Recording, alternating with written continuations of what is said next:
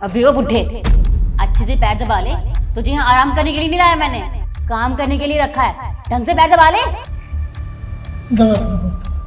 इतना खाता है पर हाथों में जान नहीं है इसके। ढंग से दबा। ये शिखा पापा के साथ क्या कर रही है?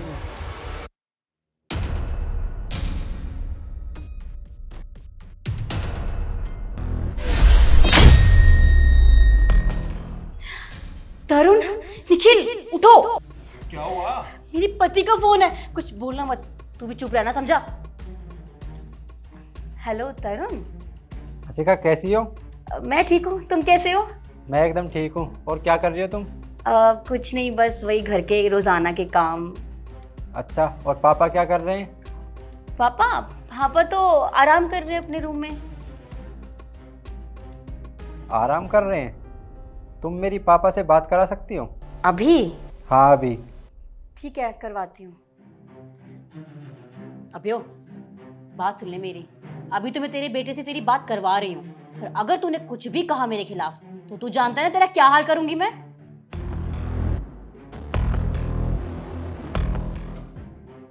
चुप रह। हेलो। हाँ पापा कैसे हो? मैं ठीक हूँ बेटा, कब आओगे बेटा?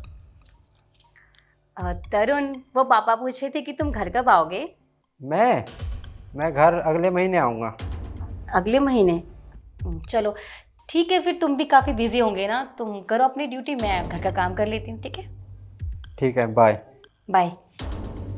वैसे एक बात है, तुम्हारा पति वहाँ फौज में है और तुम मेरे साथ यहाँ मौज में। और नहीं तो क्या, फौजी की पत्नी होने का यही तो फायदा है। वो वहाँ पे देश की रक्षा कर रहा है और मैं यहाँ अपने बॉयफ्रेंड के साथ मौज कर रही हूँ। एक और फायदा है, बताऊँ? देखना, फ्री में नौकर जो मिला है मुझे। और तू घर की सफाई नहीं करनी है क्या? खड़ा हो, घर की सफाई कर। लगाता हूँ। अब वो तो गया, अब हम अपना क्वालिटी टाइम स्पेंड करें। हाँ बिल्कुल। शिखा मेरे पापा को घर में नौकर बना कर रखती है। आज इसे नहीं छोड़ूंगा मैं, चाहे कुछ भी हो जाए। आज इसे अपने घर से निकाल कर रहूंगा।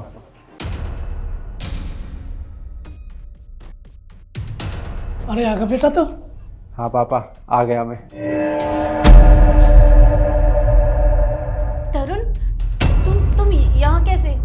तुमने तो कहा तुम अगले महीने आने वाले हो, इतनी जल्दी कैसे आ गए? तुम ये बताओ, अभी मेरी तुमसे थोड़ी देर पहले फ़ोन पर बात हुई थी। तुमने कहा था कि तुम घर का काम कर रही हो और पापा आराम कर रहे हैं, लेकिन यहाँ पर तो उल्टा हो रहा है। पापा घर का काम कर रहे हैं और तुम आराम से बैठी हो। अरे नहीं नहीं, काम तो मैं ही कर रही थी। वो क्या है ना, पापा यहाँ से गुजर रहे होंगे तो रास्ते में बाल्टी आ गई होगी, साइड कर रहे होंगे और तुम्हें लगा वो काम कर रहे हैं, है ना पापा? अच्छा ये सब छोड़ो, ये बताओ ये लड़का कौन है और हमारे घर में क्या कर रहा है? ये मेरा दोस्त है, मुझसे मिलने के लिए आया था। क्या दोस्त है तुम्हारा? मुझे पागल समझती हो क्या? मुझे अच्छे से पता है ये तुम्हारा बॉयफ्रेंड है और हर रोज़ हमारे घर आता है।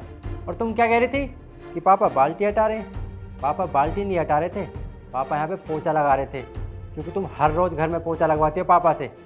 पर तरुण, तुम्हें ये सब पता कैसे चला? मुझे कैसे पता चला? मुझे ये सब कुछ ना पापा ने बताया।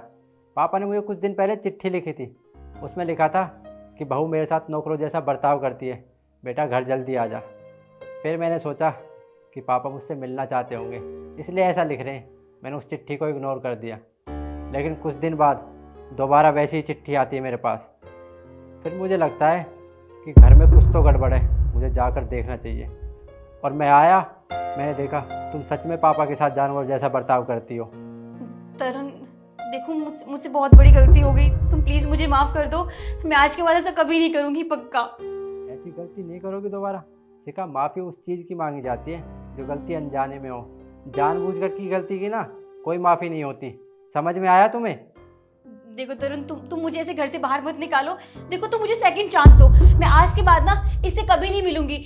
और रही पापा जी की बात, तो कभी इनको परेशान भी नहीं करूंगी। तुम प्लीज़ मुझे एक मौका दे दो, प्लीज़ मुझे माफ़ कर दो। अच्छा, पापा का ख्याल रखोगी, उनकी सेवा करोगी। शिखा, पता है तुम ये तब तक करोगी जब तक मैं घर हूँ। मेरे जाने के बाद ना तुम गिरगिट की तरह रंग बदल दोगी। जैसा अब कर रही हो ना, पापा के साथ ऐसा ही करोगी। मुझे तुम्हें घर में रखना ही नहीं है। एक काम करो, मेरे घर से चुपचाप निकलो। पर तरुण, निकलो।